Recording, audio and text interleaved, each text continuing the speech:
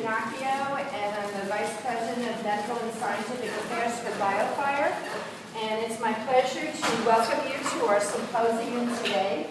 I know it's a very busy meeting for everyone, and there's a lot of sessions to choose to go to. So we really appreciate that you're coming here today to hear two wonderful speakers talk about the challenges and new solutions for the diagnosis of meningoencephalitis. We're going to be presenting that from two different ways, in both the laboratory and from the clinician perspective.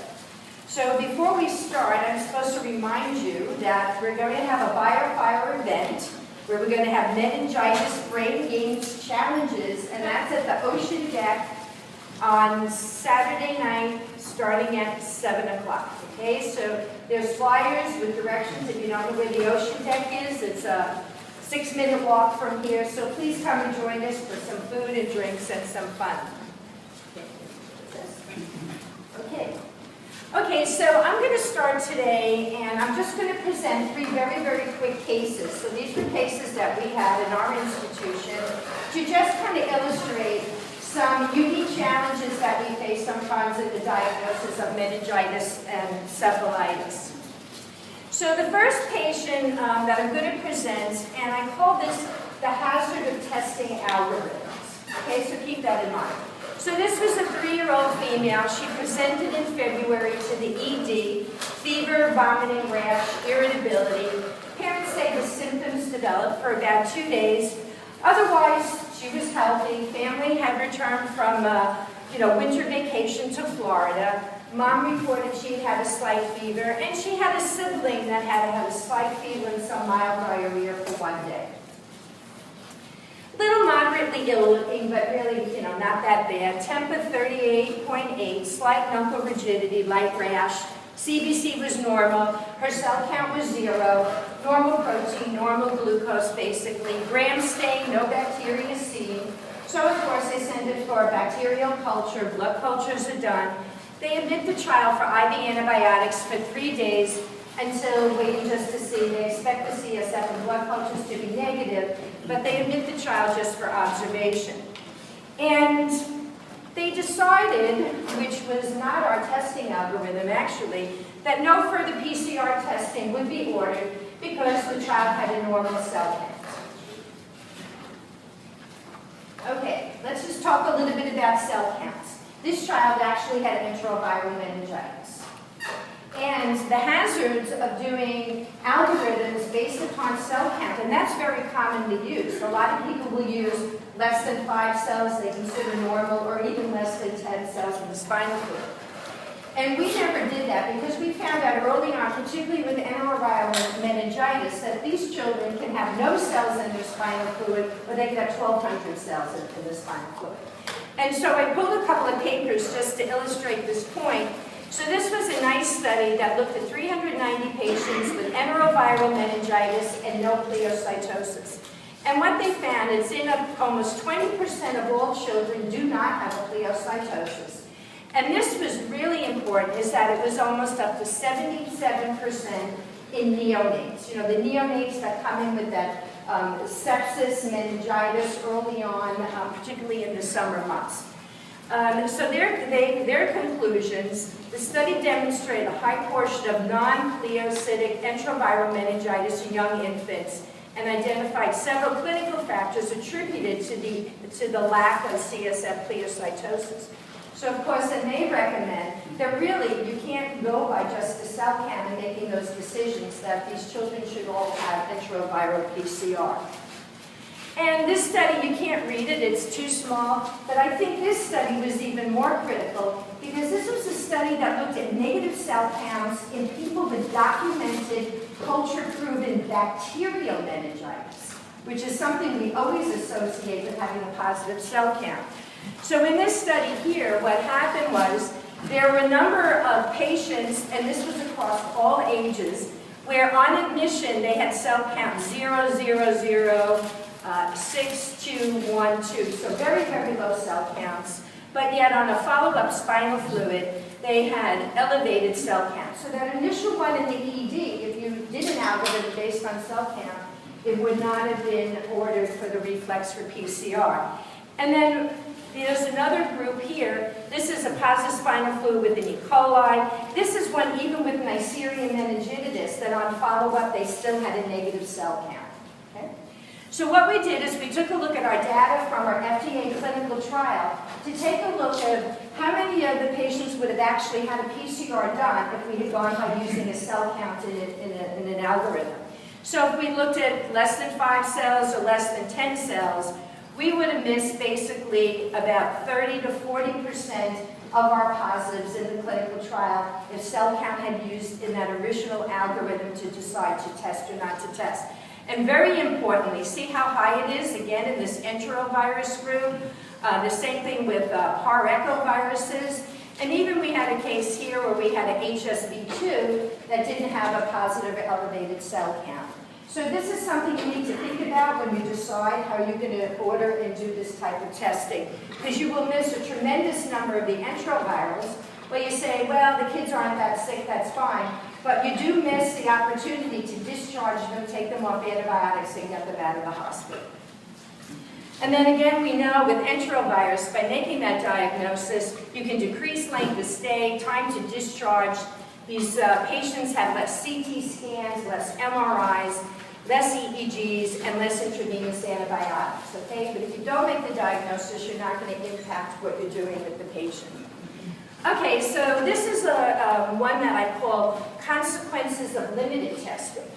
49-year-old male, he came in complaining of a fever, vomiting, headache for 3 days, seen in the ED due to this persistent headache. It was the month of August. He was otherwise healthy, no past significant history, no sick household contacts. He was mildly ill looking, but he was responsive. The only thing that was really noted was he was in a lot of pain. Temp was only 37, no knuckle rigidity, no photophobia, no rash, but they did tap him. He had no organism seen. He had 3 cells in his spinal fluid, normal protein glucose, CT scan, of course they did, was negative, and they did request an enterovirus and an HSV PCR. So the next day, the EV and the HSV PCRs are negative. CSF and blood cultures are negative. They give him Tylenol. He's discharged with the diagnosis of some kind of viral syndrome. He comes back to the ED 2 days later complaining of persistent violent headache and now pain over his right eye and decreased visual acuity. He has an ophthalmic exam, they give him steroids, and they send him home again. And 3 days later, he comes back to the ED and misses his presentation. So everybody knows he's got zoster, okay? And where that zoster is located, we were really lucky because he almost lost his eyesight in that eye. How many days did he go without being placed on a cyclovir that could have really mitigated the severity of this? And that CSF from day 1 from the ED was positive for VZV.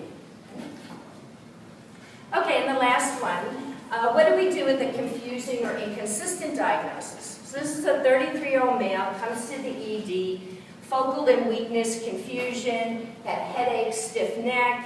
He was growing progressively worse over the course of the week. History, significant weight loss for 18 months, intermittent fevers, exhaustion, anorexia, oral thrush. He had a history of syphilis, LGV, and then he admitted he has unprotected sex with men. What's his diagnosis? Okay, so he's partially non-responsive, has the low, we were in New York State, we're a New York State designated AIDS center, we've been doing AIDS since the early day. This guy walked in and we knew he had undiagnosed advanced HIV, okay? So they do a lumbar puncture, he's got a very high opening pressure, his cell count is 40, glucose 49, protein 105, gram stain, moderate WBCs, no bacteria seen. It's the middle of the night. Nobody's doing an India ink, even though it has lousy sensitivity. Nobody's going to do an India ink. But they run a cryptococcal antigen, do them stat on CSF and serum, and they're both negative. Okay? So now, we're presuming he has cryptococcal meningitis, simply based on his clinical presentation.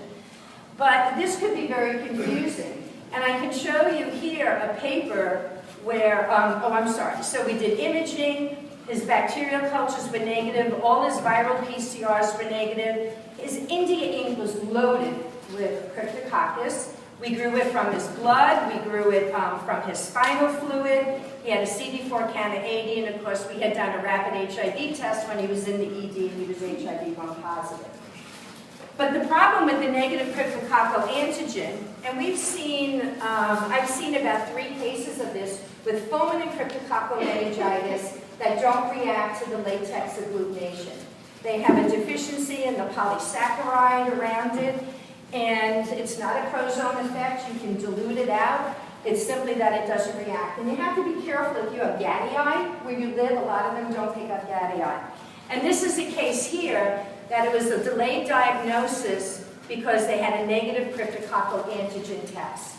Okay, so if you're not thinking of the clinical picture, you're going by a test, and they didn't treat this patient for cryptococcal meningitis. And it's well documented in other parts of the literature.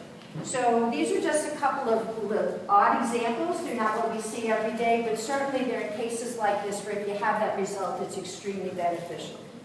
Okay, so this was just a nice publication about cryptococcal testing, film array, and a study from Uganda. And what they found was that the test had 100% sensitivity and specificity.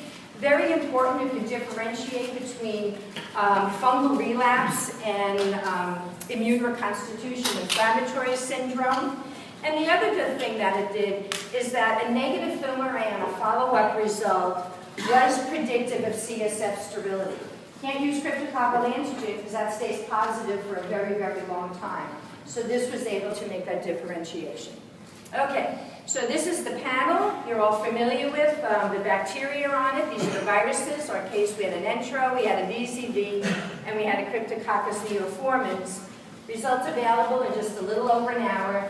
And for us, if you do a lot of pediatrics, the key was that everything is done on only 200 microliters of spinal fluid. So, very good plan. Okay, so I'm going to introduce our speakers that are with us here now.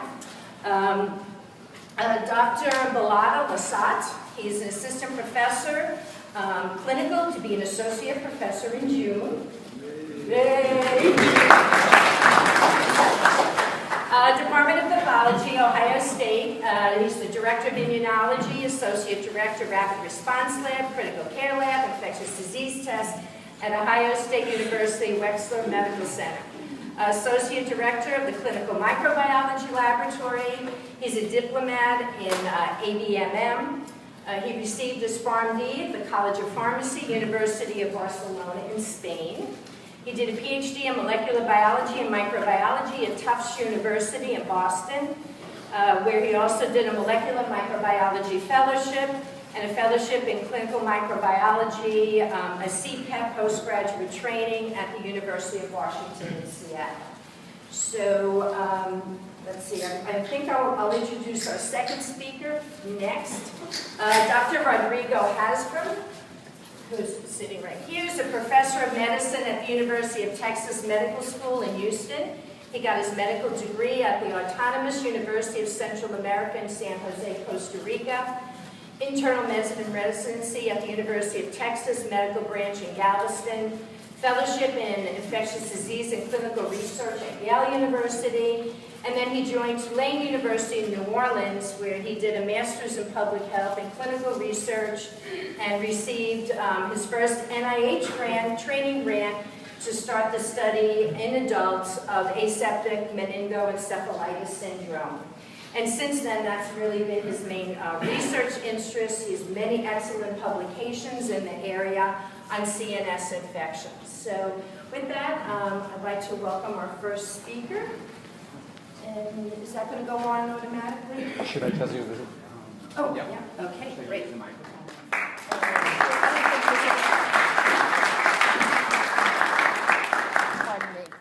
So, hello?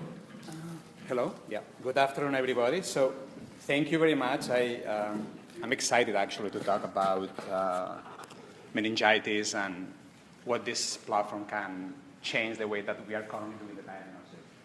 So as Dr. Ginocchio said, I will give you my perspective. So what are my thoughts and my 5 cents about how we do the current diagnosis for meningitis and encephalitis and what the new technology can help us with. So the objectives of my talk, I'm going to give you a basic background on what meningitis is, focusing on epidemiology, etiology, and also diagnosis of meningitis. I will be reviewing the current test that we are performing in my institution, that I'm assuming that is also similar to what you guys are doing in your institutions. And finally, I would like to discuss and talk about if we have new platforms, molecular platforms, how these platforms can help us in the current way that we are doing the diagnosis. Just to start with this audience, what you guys already know, but what is meningitis? So meningitis is caused by an inflammation of the lining of the spinal cord and the brain. If you have infection or inflammation in general of your brain, it's called encephalitis. You can have meningoencephalitis where you have inflammation of the membrane and also the brain. So the way that the patient might present might be very different. The patient can present with fever, headache, seizures, can be one symptom, multiple symptoms, multiple signs. So in extreme cases, it could cause major brain damage, stroke, and it can cause death, right? So something that I would like to say is that meningitis and also encephalitis can be caused by infectious agents. There are multiple different etiologies that get infection. So just to make things even more complicated. So when we think about epidemiology, I do international work. I always like to start about the international map because sometimes we just focus on the US. That's not the case. So when we look at the prevalence of meningitis in the world, you will see that there is a big hotspot, and that hotspot is called Sub-Saharan Africa. In fact, there is a meningitis belt that goes from Senegal to Western Ethiopia down to Angola, right? So it's something that is really important for you to pay attention to, just to know. And also, if you look at the map, many areas are basically based on underdeveloped countries, and this is based on the fact that they don't have access to vaccines and also sanitation or even like public health.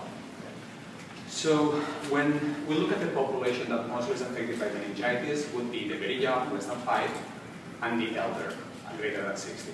And that will represent approximately 70% of the cases. So by etiology agents, you will, this is data from the National Invasion Survey, 67% of the cases causing infectious meningitis were caused by viruses. So that represents approximately 10 people in 100,000. The good thing is that most of these infections are mild, and they are not lethal, so that's a good thing. This is followed up by bacteria. So bacteria represent approximately 31%. In a year, there were like 4,100 cases reported, and there was 15% mortality rate when these meningitis were caused by bacteria. Fungi, there is still also high mortality, and the rate is 12% and represents 6% of the total number of meningitis. So when we look at bacterial meningitis, the most common and serious pathogen that we encounter is Streptococcus pneumoniae, affecting very young children, less than 2 years of age, immunosuppressed, and also the elder population. Neisseria meningitis, it affects infants, immunosuppressed, travelers, and also we need to be aware of there are outbreaks as well. So 10 to 15% of the cases caused by Neisseria meningitis are fatal, and also there is 10 to 15% related brain damage as well. Something is very important. If you have a patient that is positive for Neisseria meningitis, we need to look at the complex as well. So it's a very important infection control component as well. H. influenza used to be the most important pathogen, but thanks to the vaccine, we have seen a huge reduction. And again, this is in the US. But we still need to watch for childcare because we see quite a bit of outbreaks as well.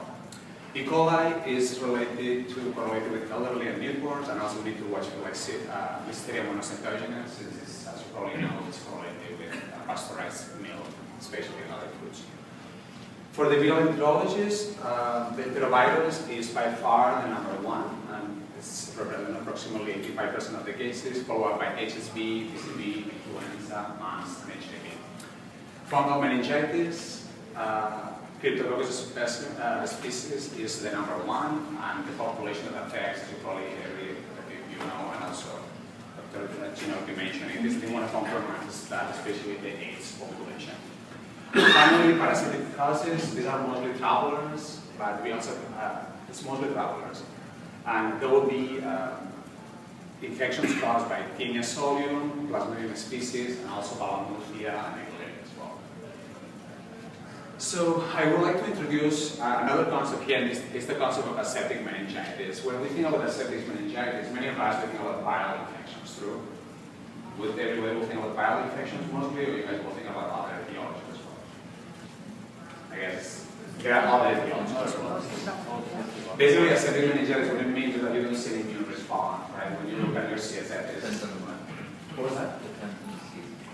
That's true. I mean, it will depend on the season, there are multiple factors, but the basic concept of aseptic meningitis is that you shouldn't see an immune response. It's true that most of them will be viruses, but we have also a group of bacteria etiologies, like your syphilis, listeria, TB, leptospira, Lyme disease, rickettsias, and also you can see aseptic meningitis with cryptococcus and malaria. And something that is very important, especially for the clinician when they see these patients, there are multiple non-infectious causes. They go from cancer, sarcoidosis, migraine, or the use of different drugs. So that's very important to know. So in terms of encephalitis, most of them are undiagnosed, and the symptoms can be very mild to non-existent. So there is a very huge number of encephalitis that they are not even being diagnosed. So for the ones that they are diagnosed, they were 20,000 encephalitis-related hospitalizations a year in the US, and of these, 1,400 of the patients died. The etiology causing encephalitis are mostly enteroviruses, and this mimics obviously meningitis as well, will be 85%. Follow up with herpes simplex virus 1 and 2, and also we see other cases with rabies and also arboviruses. These arboviruses, as you might know, they can be tick-borne, like Powassan, or mosquito-borne, mostly West Nile, and others as well. So another note that I would like to mention is that most of the deaths that we see in this country are caused by HSV. And of these, half of the cases that we see that they are not treated, they are fatal. And there's a lot of reactivation as well. Something to keep in mind if you have a patient with HSV encephalitis, if the treatment is not successful, it could be reactivation, and that will be quite bad actually. So how is meningitis and encephalitis diagnosed? So the most important thing, the patient is going to present to the hospital, is going to be a physical exam and medical history. There will be a lot of things that they're going to be asked, like exposure to insects or animals. They have been in contact with ill persons, recent travel, or pre-existing medical conditions, right? So there's going to be obviously a neurological examination. As I mentioned before, the patient can present with a multitude of different signs and symptoms, and this will be overlapping with a lot of things. But we can use imaging to see if there is inflammation of the brain, or there is any kind of internal bleeding or hemorrhage. We can use electroencephalography to see if there are seizures, and this is very important because some viruses that have specific patterns that they can give us a clue which kind of infection we are dealing with. But probably from my point of view, one the most probably revealing test would be lab tests, right? So we can do multiple different specimens that if they are positive and the patient presents with these kind of presentations, we can assume that the patient has meningitis or encephalitis. But the gold standard will be, especially for infection, meningitis and encephalitis, to find something present in the CSF, right? Everybody will agree with that. So what we can use, for, which kind of tests we can use from the CSF, we can use culture, we can do chemistry, we can do serology, we can do molecular, we can do a lot of different things. So which kind of considerations we need to have from the lab perspective? So it is very important as a microbiologist and kind of lab that works with pathogens, right? We really want to get a specimen before the patient has been started with antibiotics. That's an important consideration. Something that we have to be aware, if we are considering that the patient might have a bacterial meningitis, is that your Neisseria, Streptococcus pneumoniae, Neisseria meningitis, and H. flu are fastidious and they can die very quickly. So we really want to have a very short transit from collection of the CSF to the lab. Something that is very important is that the volumes will be depending on the kind of culture that we want to do. While for bacterial culture, we only need 2 to 3 mLs. If you want to increase the sensitivity for fungal and mycobacteria, you will have to increase the volume. So it could be from 2 to 3, you would need 5 ml, and in some cases, in order to increase the sensitivity, the preferable amount would be 10 to 15 mL, and that's what I mean. So it's very important that the specimen gets to our lab without refrigeration. We will be killing the bacteria. And it has to be stored at room temperature, and if it's not processed immediately, it can either be incubated at 37 degrees, or they will need to split the CSF in 2 vials. One that can be used for the stains molecular histology, that we don't care as much about the temperature but the other, of the media, but the other one might have glucose to enrich for building. So what are the frequently ordered tests, right? So from the lab point of view, so we are going to be getting different orders. Most of these orders will be the following. So it's very important to get a white blood cell count in differential, also glucose and protein from the CSF, and gram stain. The good thing is that we can do this in less than 2 hours. Ideally in less than 1 hour in order to get some good information.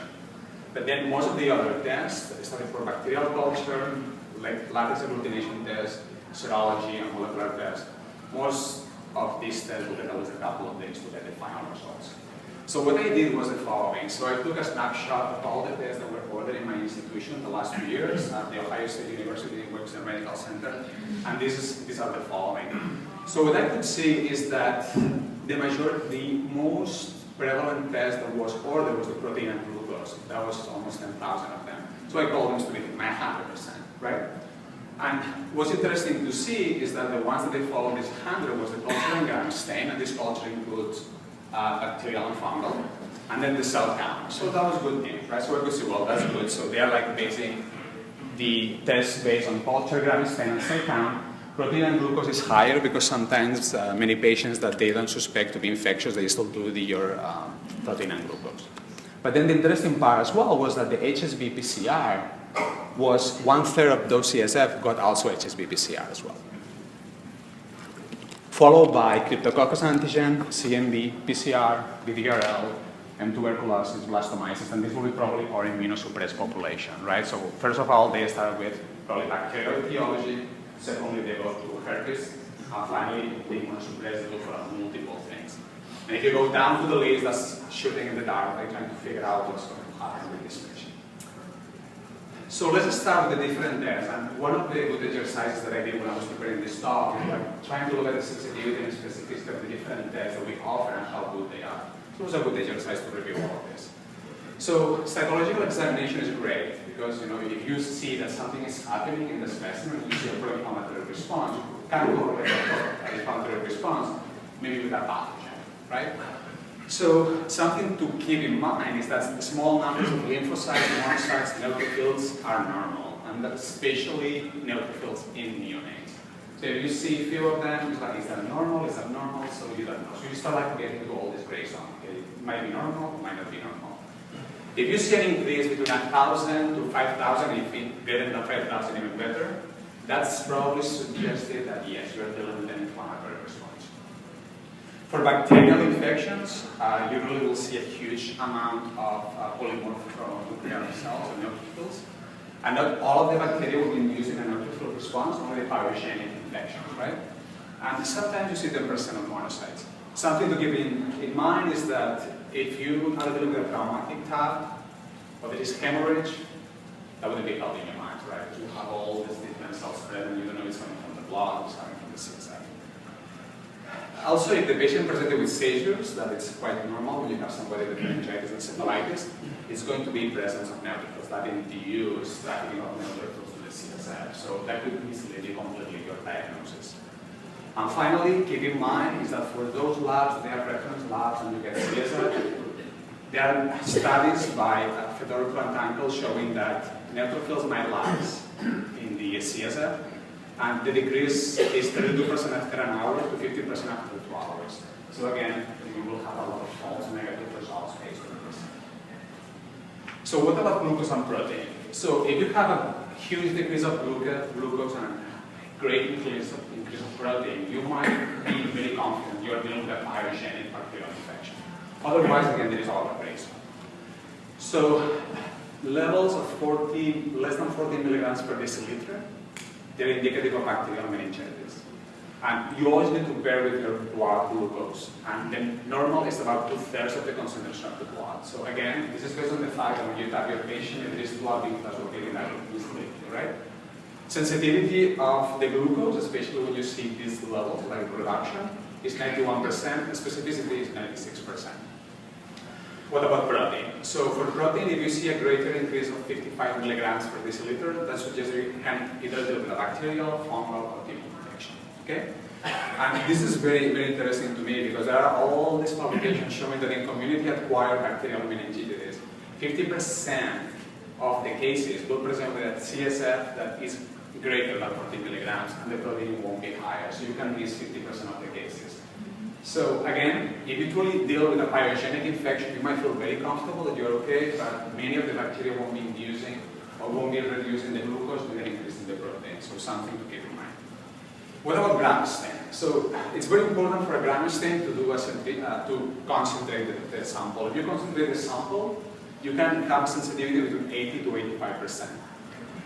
Something that is important is that 10 to 15% of the cases that you see bacteria in your CSF, the culture will be negative. And this has been correlated with antibiotic treatment or delay of plating your specimen as well. Sometimes some institutions, they do the gram stain side by side and then they send it for culture, but if it gets to the lab, the bacteria is there. So in the Bauer study, they show the following. Well, actually, there are 3 different studies, and I put the range. But when they look at the sensitivity of the gamma stain for strep pneumo, Neisseria meningitis, and influenza, they separated it between children and adults because there is a big difference. This is the different sensitivity that they saw. So in the best case scenario, strep pneumo was 93%. In the worst one, in adults, H influenza was only 25%. So you truly cannot trust your gamma stain. Your gamma stain is negative. It's not. If it's positive, yes. So if you put all these parameters together, you look at your white blood cells present in the CSF, you look at the percentage of neutrophils, glucose level, protein present, so you might have an idea what you are dealing with.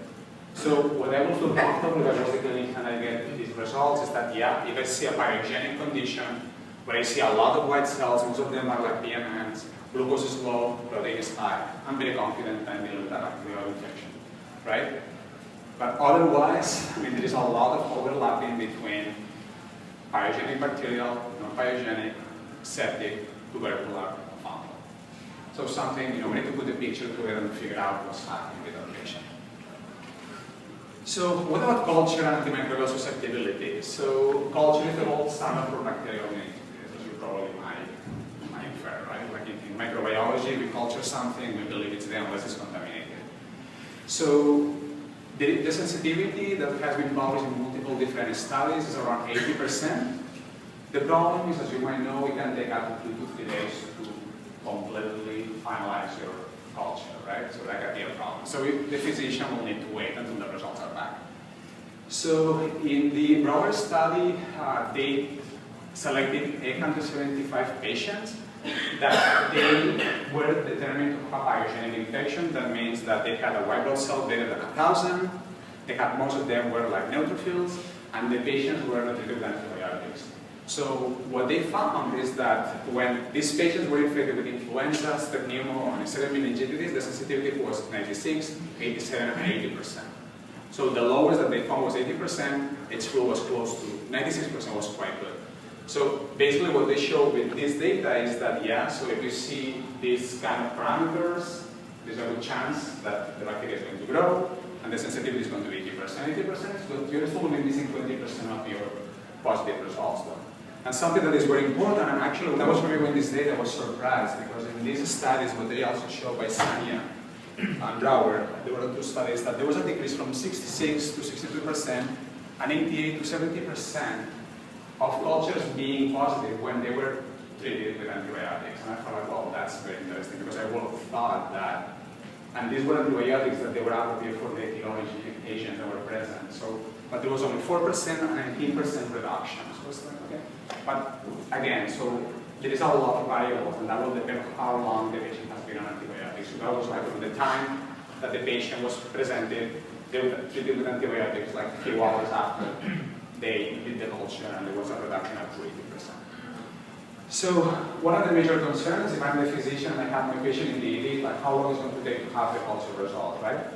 So this is a study done by Brianna, and they selected 1159 CSF cultures. Unfortunately, there were only 14 that were positive, But when they did that, they looked at how long it took for them to get the results. And what they saw was the following, that 85% of these CSF cultures, they had the results by less than 36 hours. I mean, it took like a day and a half to get the results. So it's not horrible, but it still took some time. In some cases, though, they had, I think it was 15%, less than 12 hours, and then the majority, though, fall from 12 hours to 36 hours. So you have to wait. So something that is very important, though, is that any case that you're suspecting, any patient that you're suspecting meningitis or encephalitis, you always have to pair with blood culture, right?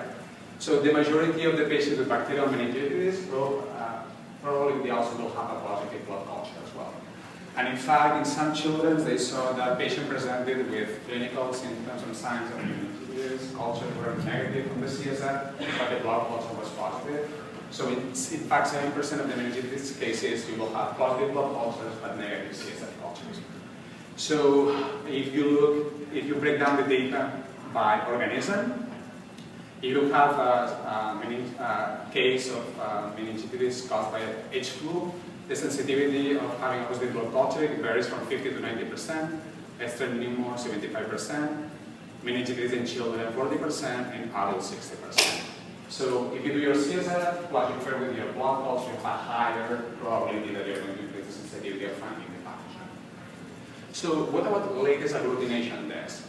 So the indications that I will suggest to use this kind of test will be initial negative CSF gram stain, and maybe CSF culture if you can wait. Many of the clinicians will like to wait until the cultures come back.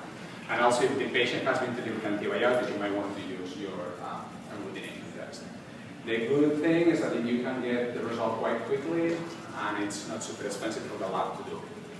So in a study by Shiva Prakash, they showed that the culture negative cases, they saw the culture negative cases, and what they observed is that when they were looking at different bacteria based on the latest agglutination test, they saw that from the negative cultures, 50% were positive by the agglutination test. And it went up to 82% if the culture was positive.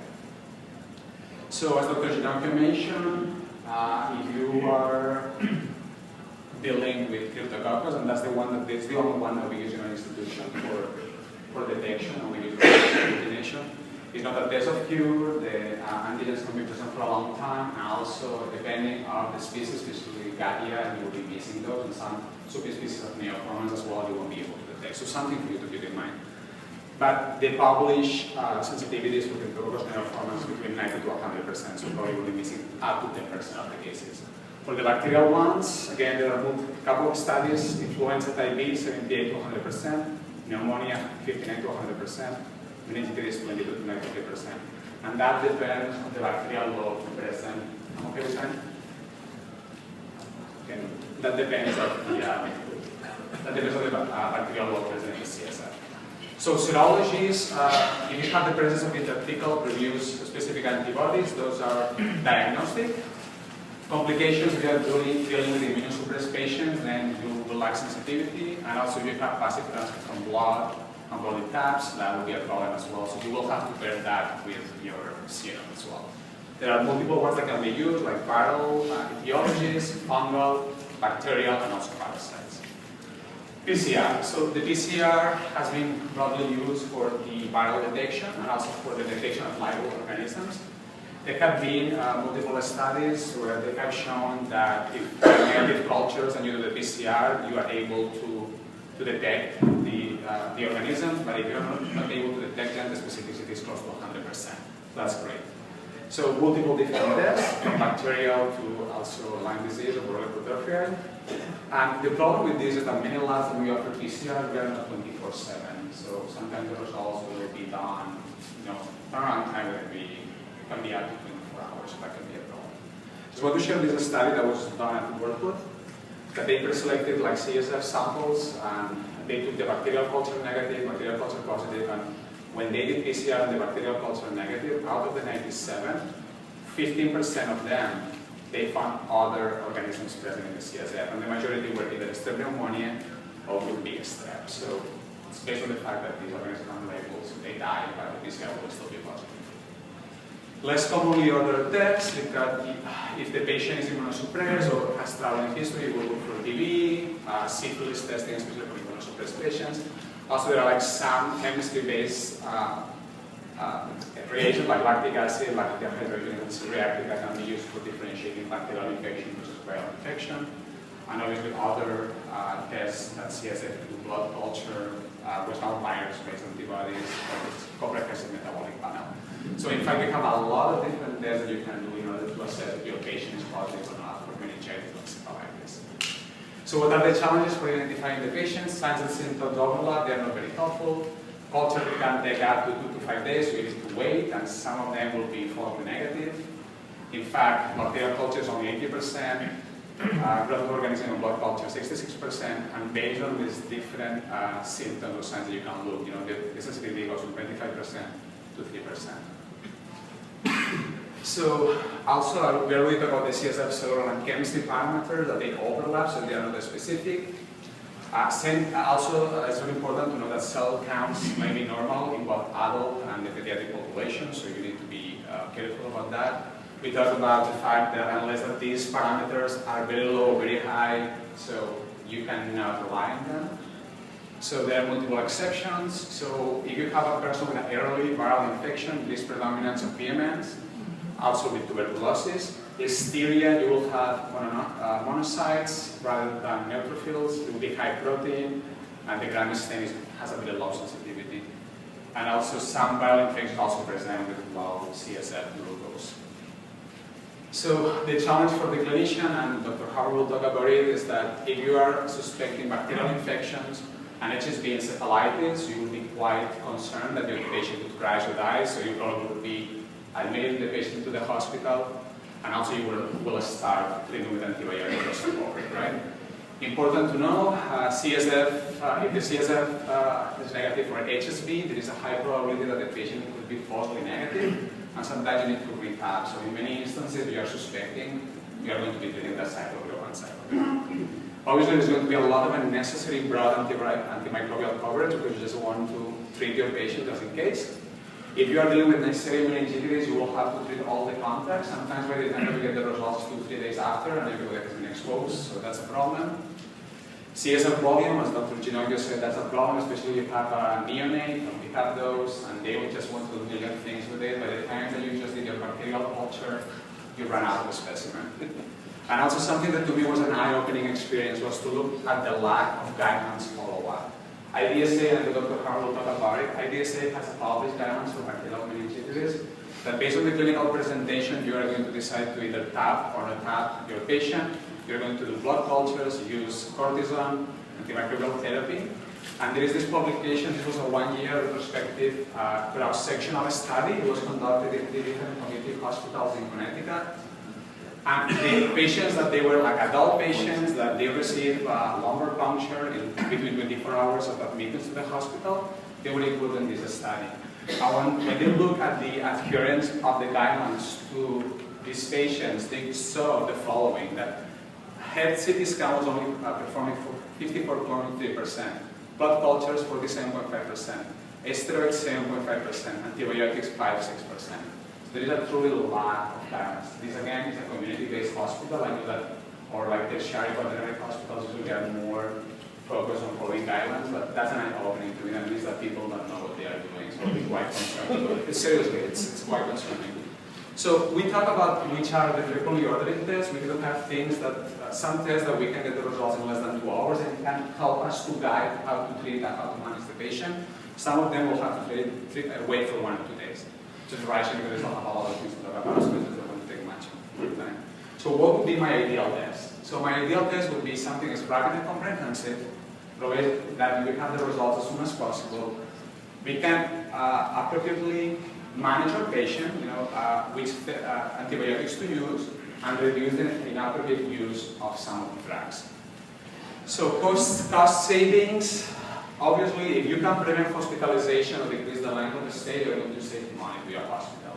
So maybe we're going to choose something that's more expensive or more cumbersome to use, but if we have a result, we can manage our patient is discharged, we are ultimately saving money. Obviously, we're going to decrease unnecessary testing. Everybody that was in a hospital, you know about your CSF, you start like with one test, two tests, and then you just go a million different things that they're going to be asking. I have ID calling all the time and have to do things, you know, I'm going to go through this, it's too expensive. It will take a month to get a serology back. Why is that going to be complicated? Also, implementation of infection control, important for Neisseria meningitis. You want to isolate your patient and also treat the contacts. And obviously, you can do community surveillance much quicker as well. So when I look at what's approved by the FDA from CSF, and again, I want to have something sample to answer that it will be available 24 hours. We can take the specimen, run it, and have results, right? So Cepheid Expert offers the enterovirus, and we offer this in my institution. 140 microliters, 2 hours and a half, it does not detect parvovirus. Focus Simplexa looks for HSV1 and HSV2, you need 50 microliters. And the most comprehensive panel that is now in the market is the FDA-approved FILMARRA and MA panel. So we're going to talk about all the different things that it detects, from bacterial, cryptococcus, and also viral agents as well. This panel covers 95% of the community-acquired pathogen agents. It's here we have Expert, Focus Simplexa, and the FILMARRA. Pros, I already talked about the pros. The cons is that if we were going to use a panel like the one that BioFire is offering, is that not all organisms included, right? Less prevalent organisms are not present. If you are dealing with sham infections, you need to be careful. Those are not included as well, right? So it's important to educate your clinician, you know, what's present, what's not, and what you want to do. Something that's important is that me as a pharmacist, I always like to know resistance, right? So it's important. We need culture to do susceptibilities, even though it was positive by the panel. And finally, detection of non-viral organisms. What does it mean? Viral molecular tests are not tests of cure, so maybe it's good for primary diagnosis, but maybe not to do follow-ups. So the current algorithm in my institution is the following. We cover patients, and obviously we're going to be doing the chemistry, cell count, we get the results in a couple of hours. We do gram stain, usually we aim for less than 45 minutes, but the turnaround time is less than an hour. And the cultures, they're going to be available in less than 2 days. We use them always, so we can expedite which kind of identification we see in this bacteria. We also offer the cryptococcus formants. Our turnaround time is 24 hours. We only offer it during 2 shifts, happen during the night, and need to wait until the next day because we don't have that test on demand. And the same for the single PCRs that we are offering. We offer most of these, besides the enterovirus, that is the one I just mentioned, all of these are homebrew assays. So we do HSV1 and 2, PCV and CMV, and we make everything possible when we get a CSF to run it as soon as possible. Our lab will work from 7 in the morning to 12 midnight. Something comes after midnight, they need to wait until 7 in the morning. So what if I could make the case that I would like to have a multiplex-based system? So the first thing that obviously you need to do is to educate your physicians, how is this going to be used, what's going to happen with the other tests that we are doing, right? So if I was going to be implementing this test, obviously I will stop, it will discontinue the single PCRs, and obviously the cryptococcus neoformans. I will then discontinue the culture because we need that to cover the organisms that are not present in these panels, and also we need to do susceptibility as well. And chemistry and cell count are used as for multiple etiology, not just infectious etiology, so we will still have to offer those. So I took a look at the cost-related per test that we are charging, and basically here we have all these tests, and I was thinking, well, you know, if I was going to make the case that I want to implement this system, obviously, if there is a send-out, we don't do viral culture, but sometimes we have some send-outs, we could discontinue the viral culture. Fungal culture can be discontinued if the suspicion is cryptococcus neoformans. If they are suspecting Candida or Aspergillus, obviously we still need to do it, but the majority of them from CSF, if they are positive, they are going to be cryptococcus anyway. Single PCRs could be discontinued, and also the cryptococcal antigen test. In a conservative manner, I mean, you could save like a few $100, and those probably could justify for you implementing a panel that basically your medical director would then get angry at you because you're increasing the cost. But basically, what I'm trying to say is that if your hospital is smart enough and you do substitutions and you just like are trying to figure out, okay, I'm going to discontinue this, but I'm offering that. So in my case, the price that I will be saving by not doing this probably will justify, like, even in a long term, like the use of the panel. So the conclusions, meningitis and encephalitis are very serious. So I think sometimes if you really need to spend money, you really want to spend money on something like meningitis panel, I mean, maybe not in a stool panel or some other things, but I know that some of my colleagues agree with me, but if I'm going to be spending the money, I want to spend the money on something that's going to save life, and that's going to be diarrhea for like 2 more days. Yes, if you will. And also, gram stain, if it's positive, it's going to be great, but if it's not positive, you will have to wait for your cultures. So we know that these might have good sensitivity, but they require skilled personnel, and also it takes time. So something I wanted to say, I was just discussing this with Dr. Howard, so there are many people are concerned about contamination.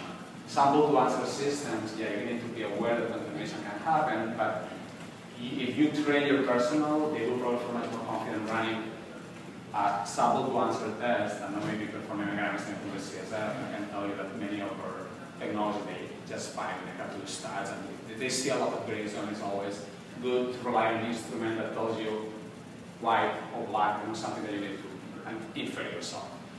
So the molecular tests, everybody agrees that they are a standard of care for viruses and slow-growing live bacteria, both specimens that have been antibiotic treated. Molecular multiplex panels, we have a variety of targets. It doesn't cover everything. And for that reason, if algorithms need to be created, and depending on the patient presentation and the clinical presentation, you have to just go from, maybe utilize a different kind of algorithm in order to cover all the pathogens that they are present. So these are all the references that I've been talking about. And if you have any questions, I'm really happy to discuss them. Questions? Maybe we should do questions at the together end. at the Okay. end? Okay. Sounds good. Okay, terrific. Thank you so much. Dr. Harsman? Well, thank you very much for coming. Really appreciate the invitation from you, Dr. Pinocchio, to come and speak about meningitis. This is definitely my passion. I've been studying meningitis now for 20 years, and I'm really excited about this new product that's available now, and it's FDA approved. So we're going to start with a case, a patient that we saw in Thanksgiving last year, 71-year-old Indian male that came in, just history of hypothyroidism, with 1 week history of fever, headaches, sore throat, rash. He became altered. His last trip to India was 2 months ago. He progressively gets worse. He's intubated.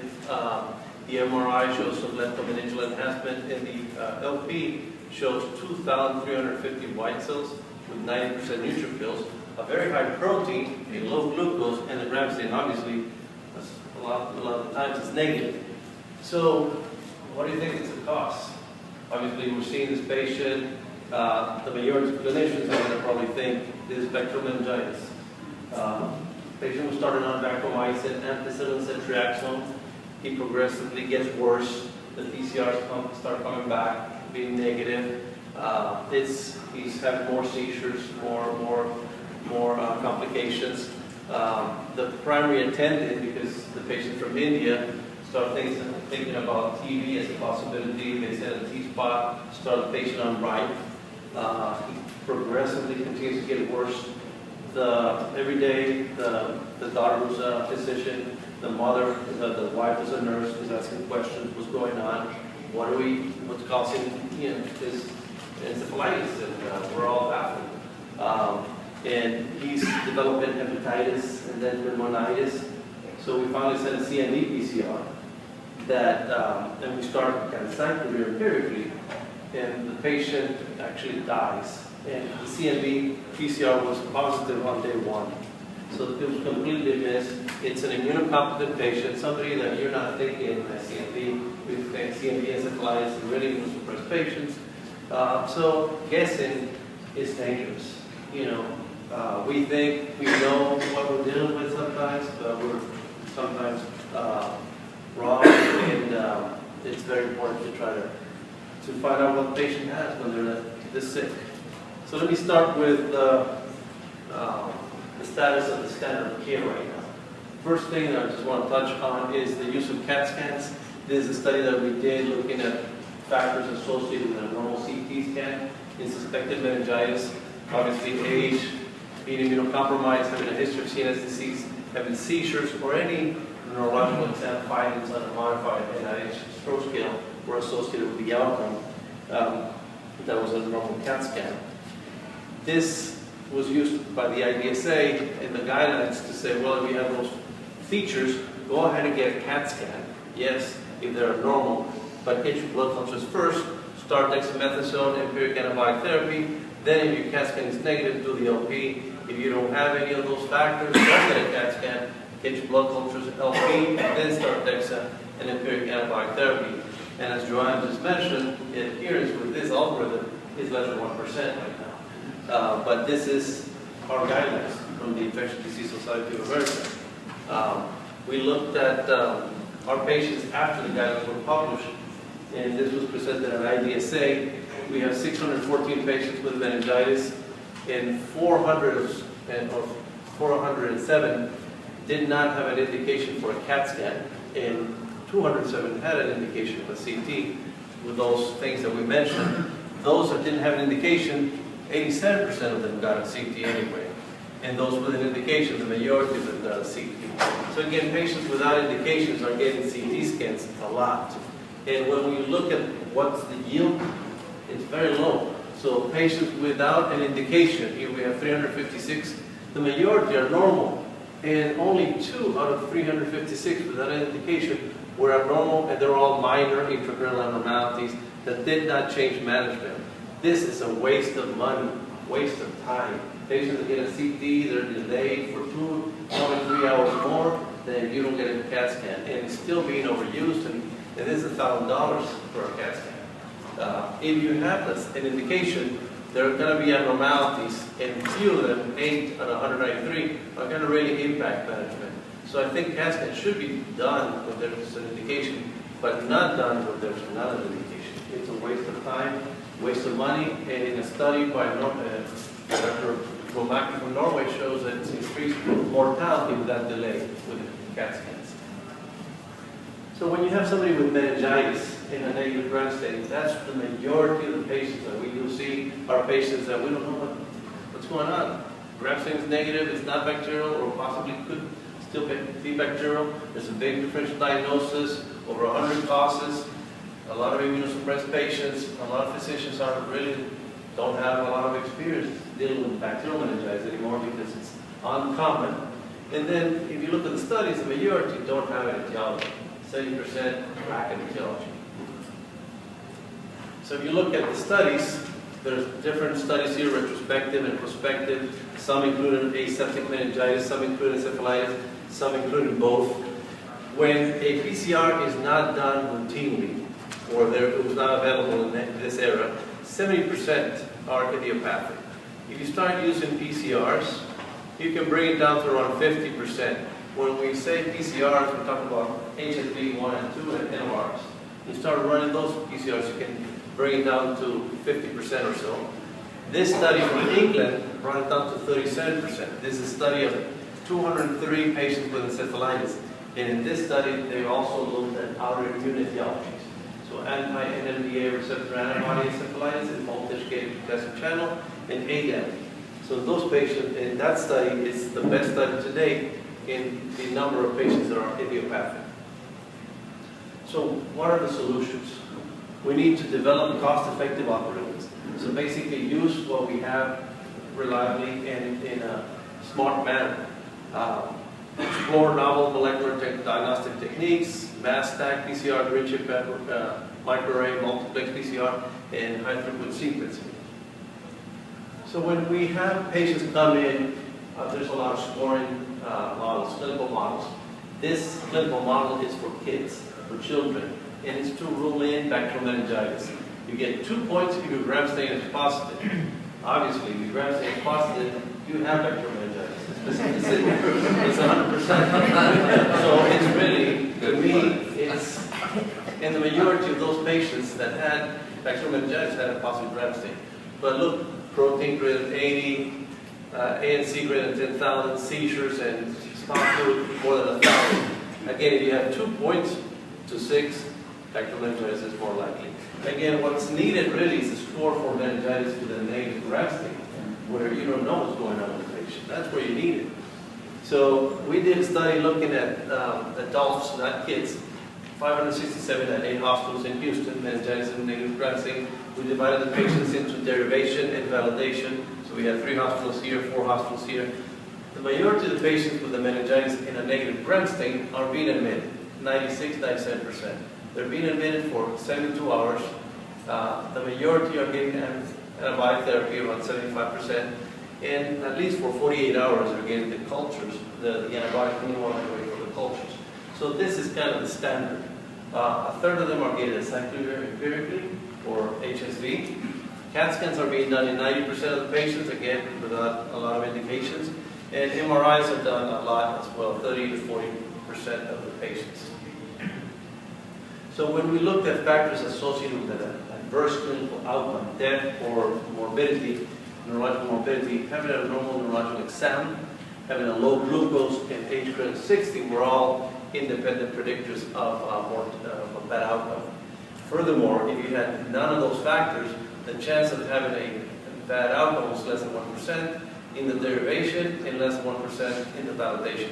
So those 3 factors are important. If you see low glucose, like our patient, his glucose was 28, that should, his age was greater than 61, and he definitely had a normal neurological exam. He had all the variables that he could die. And those patients definitely got to worry more because they're at risk of having a bad outcome. The other question is, when patients come in, who is going to have something that's urgently treatable? Who's going to have bacterial meningitis, crypto, TB, zoster, herpes, stuff that you need to treat? The ones that you really care to identify as soon as possible. So we did a very large study looking at factors in the same model with different predictors that I'll show you in the next slide. But if you had none of those predictors, you had a 0% chance of having an urgent treatable cause. In the derivation sample, that's from New Orleans, and then from Houston, again, no variables, 0% chance. So that's what you want. You want a model that identifies with 100% sensitivity that you're not going to have something urgently treatable. If you had one of those factors, it went up to 20 or 30%. So the factors, we did composite factors, composite variables, where we lumped in variables to increase the power in the logistic models. Alternate immune status was one, and that was defined as age, greater than 60, HIV, transplant, steroids, and normal exam, and that was basically an abnormal neurological exam with a vesicular or petechial rash, and then abnormal laboratory findings, a low glucose, a high white count, or a high protein greater than 100. So in the absence of these 3 factors, there's a 0% chance of having an urgent treatable cause. We further validated this with the Dutch meningitis cohort from Dr. Dietrich van Beek and Matthew Brouwer. They had 214 patients from the cohort that are gram stain negative, culture positive. So those are the patients where we want to validate this model, and it validated 100%. Everybody was in the high-risk group for those patients. So patients that come in with bacterial meningitis, 214 of them, if you look at those 3 variables, you would have picked that out with that model. So this is a model that's published, it's been derived and validated in 2 different sites, and it could be used. Obviously, there are limitations. This is based on standard care, based on cultures, based on whoever decided to order a herpes virus or not. So this, not all the patients were worked out completely. This, as patients come in, this would be nice if we could redo this with everybody getting a PCR to be sure there's nothing else going on. But this is what we have so far. Then we're looking at diagnostic testing. So here we are started with bacterial cultures with meningitis with a negative gram stain. Everybody's getting them. Then 70% are getting blood cultures. 2/3 are getting an HIV test. Less than 50% are getting a PCR, at least one PCR. So less than one PCR. On RPR for syphilis, less than 50%. Viral cultures, 44. Fungal cultures, 43. TB cultures, 33. West Nile serologies in 1/3, and I'll touch base with that as well in a couple more slides. And then other serologies in the Binax now. So it's, as you can see, the workups are not complete. Patients should be getting this, but they should also be getting PCRs in the CSF, the majority of the patients. And we are not doing that right now. When we look at the yield of those tests, this is divided into New Orleans and Houston, you see the yield for an HIV test was 34%. For any positive viral PCR was 22%, so that's viral PCR has a high yield. Arboviral test, West Nile, 15%, had a high yield as well. And then all the other things were low yield. A lot of serologies that were done had low yield. This is a study that's in press in emergent infectious diseases right now. We looked at 751 adults and children with meningitis and encephalitis in Houston, and we found that only 281 of them are being tested for West Nile. So out of 751, 37% are being tested, and what we found is that patients are sicker. Their sicker patients are going to be tested more outcomes, more empiric antiviral therapy, more MRIs. They're also getting more workups for other things, but generally, they're sicker patients are one that are being tested. So we have a bias to detect West Nile encephalitis versus West Nile meningitis being more underdiagnosed. And when you look at the tests, this from January to December, obviously the West Nile season is June to October, and there's where you should be ordering tests, not January, February, March, April, May, November, and December, where they're all going to be negative. So in the season, we're testing around 39% of the patients. In the non-West Nile season, we're testing like 33% of the patients. So we should focus testing in the endemic season and forget about the non-endemic season for West Nile testing, because the yield is zero when there's no wildfires spread around.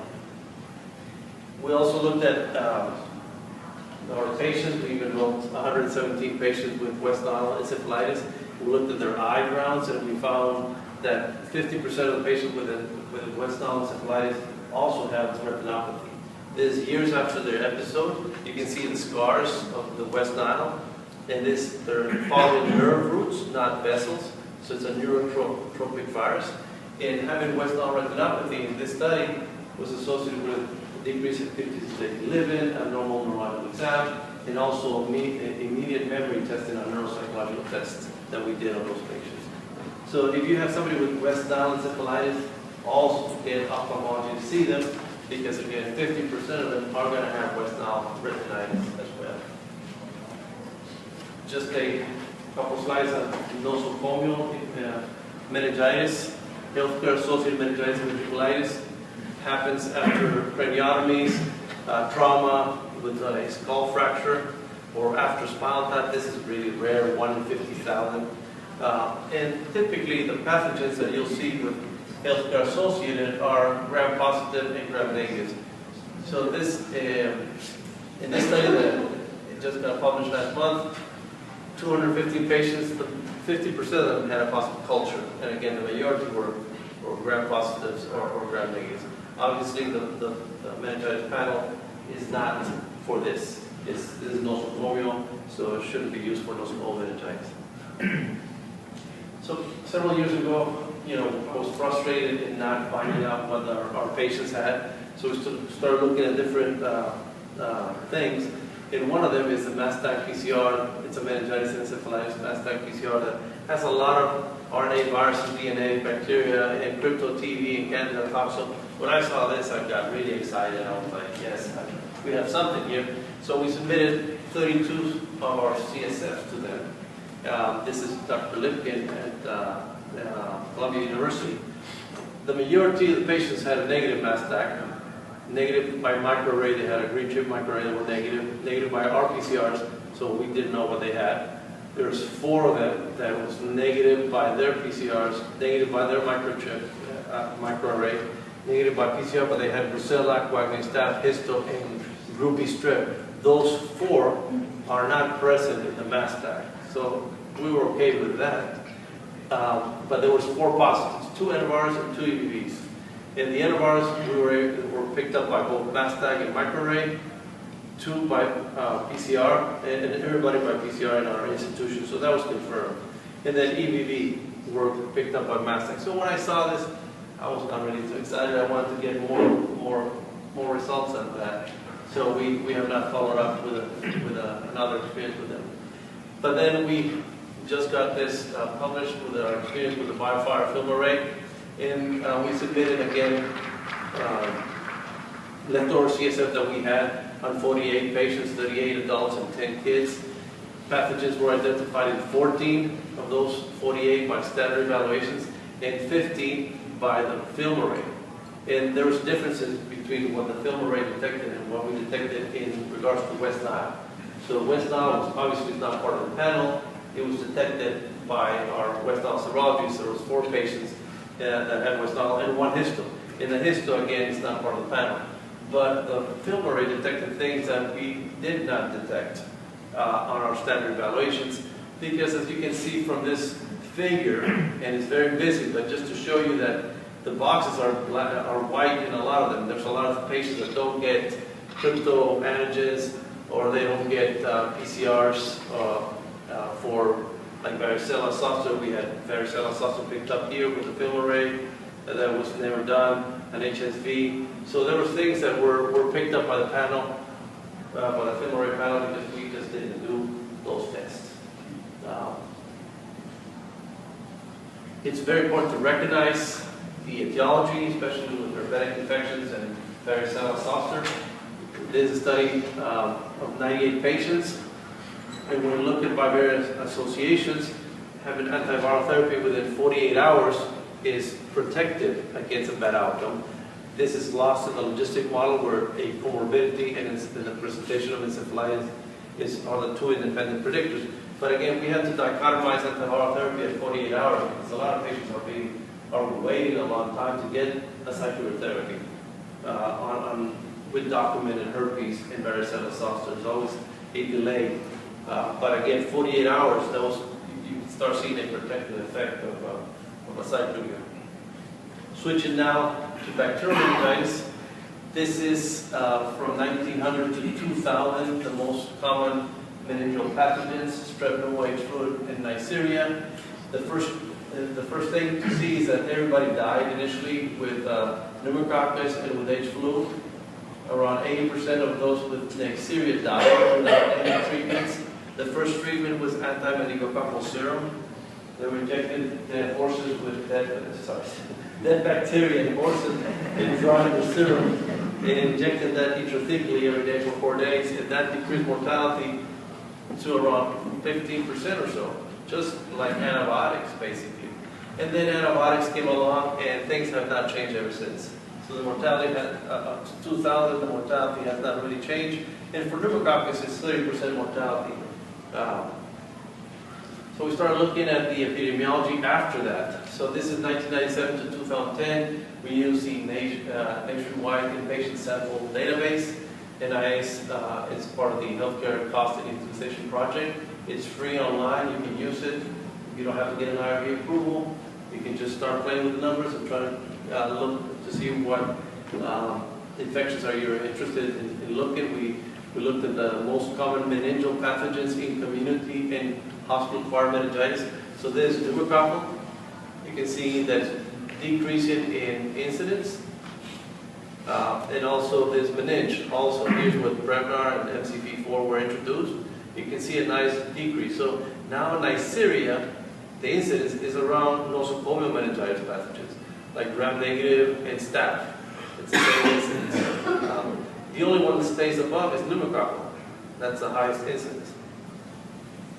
So with pneumococcal meningitis, as you all know, steroids are great. It decreases mortality. It's been shown in randomized clinical trials in adults with pneumococcal meningitis, and it's now standard of care. It should be used on every patient that comes in with suspected pneumococcal meningitis. Again, it has to be done in adults with pneumococcal before the first dose. So Mathis Brewer, again for the Dutch meningitis cohort, looked at steroid use in the Netherlands. You know, this is a country that did the meningitis clinical trial, a nationwide clinical trial. They're doing a great job. They changed. From 1998 to 2002, you can see that 70% of patients got steroids. Now it's up to 92% of the patients are getting steroids. And the way it was in the clinical trial, 77% of the patients are getting 10 milligrams every 6 hours for 4 days. And before, with the first dose of antibiotics. Obviously, their adherence is much better in the Netherlands. That's what we'll see in a couple more slides. But in this study, they can show a decrease in mortality from 30 to 20% in the pneumococcal meningitis cases. So nationwide, it's implemented, it's shown to decrease mortality by 10% in the country with pneumococcal meningitis. In the US, again, this based on the study that we did, looking at the database, we see a decrease in mortality with pneumococcal meningitis, and it's great, but we cannot corroborate with that with steroid use. The database does not have steroid data on it. So we can just say, possibly could be, but who knows. But there is definitely a decrease in mortality in the United States. After the clinical trial, this is the clinical trial in the New England Journal. This is the IDSA guidelines in 2004, stating to use steroids, so you can start seeing that there's a decrease. We have now, we're looking at some preliminary data of a very large study, 26,000 patients with meningitis and encephalitis in the United States from 2011 to 2014. And this database does have steroid data, and I'll share that in a few minutes.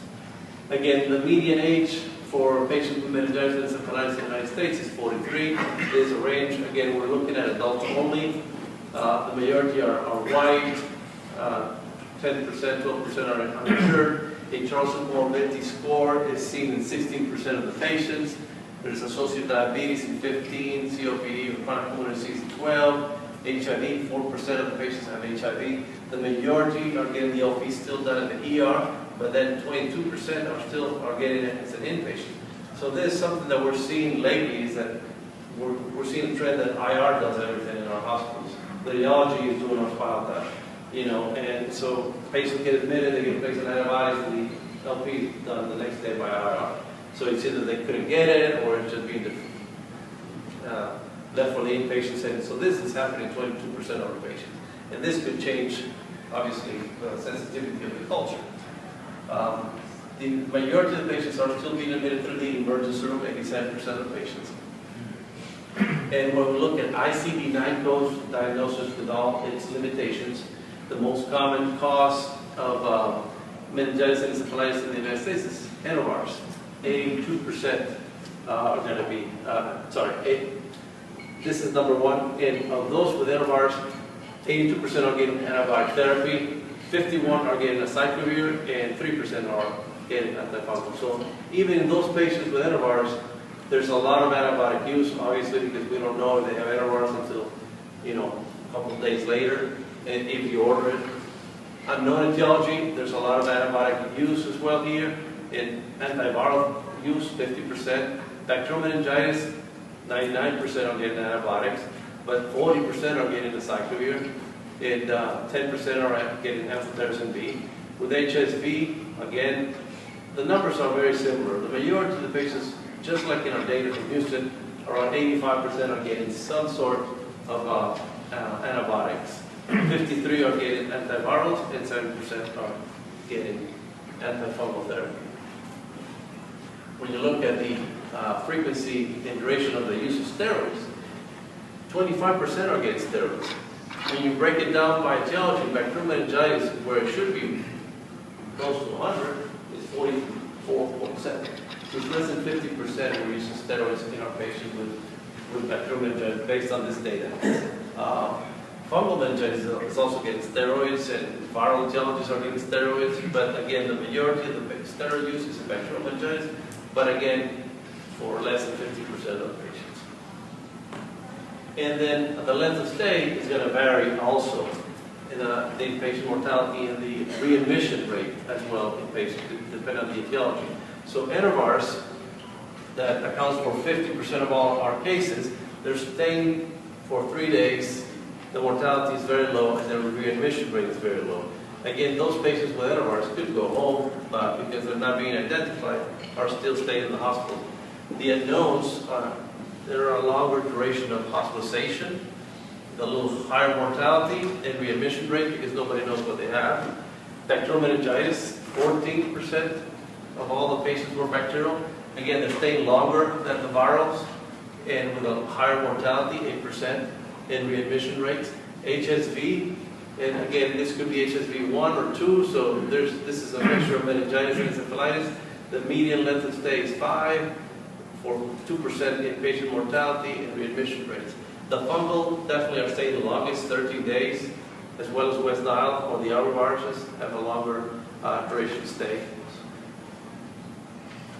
And the outcome of patients, so those that were admitted, 24,000 patients, the majority are going home, but 17% are going to a rehab, hospice, or nursing home, and the mortality is 3%. So I would say a bad outcome is around, it could be up to 20% of those patients with meningitis and encephalitis.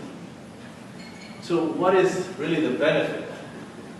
I don't want to guess. If I have somebody with a CNS infection, I don't want to guess. I don't want to say, well, I think it's this, I think it's that, I want to do this, I want to do that. I want to find out what the patient has. Instead of waiting for results and then trying to figure out if you have to retap the patient, get more CSF, because they need more CSF to run another test because it was negative. So it would be great, just do it. 0.2 cc's and run the panel. Faster, accurate results would save admission and empirical antibiotic therapy. If you find endovirus, you can send the patient home. You don't need antibiotic therapy. If it's bacterial, you don't need a cyclone.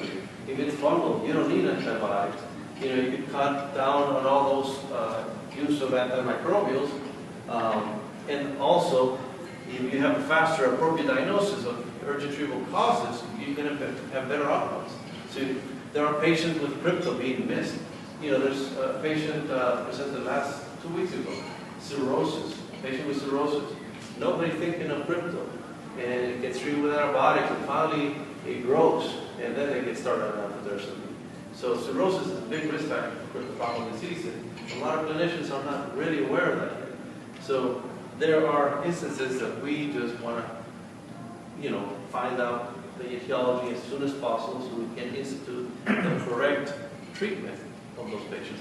And then the other bypass of this is if you can say that the patient doesn't have Neisseria, meningitis, the ER is going to get flooded with simple prescriptions. The ER attendant, you know, told me that every time there's a meningitis case, everybody gets simple. If it's viral or it's, you know, pneumococcal or doesn't know what the etiology is, there's a lot of Cipro use being done in the emergency room for possible meningitis scare. So if it's not Neisseria, you don't need Cipro. So you can cut down on that as well. So there's a lot of benefits that I see in this panel, and it can really change practice. It is good for everyone. So I want to acknowledge that I've been done. People at UT who's helped me, Grant South Foundation, collaboration in New Orleans, in the Netherlands, in New York, and also by Fire.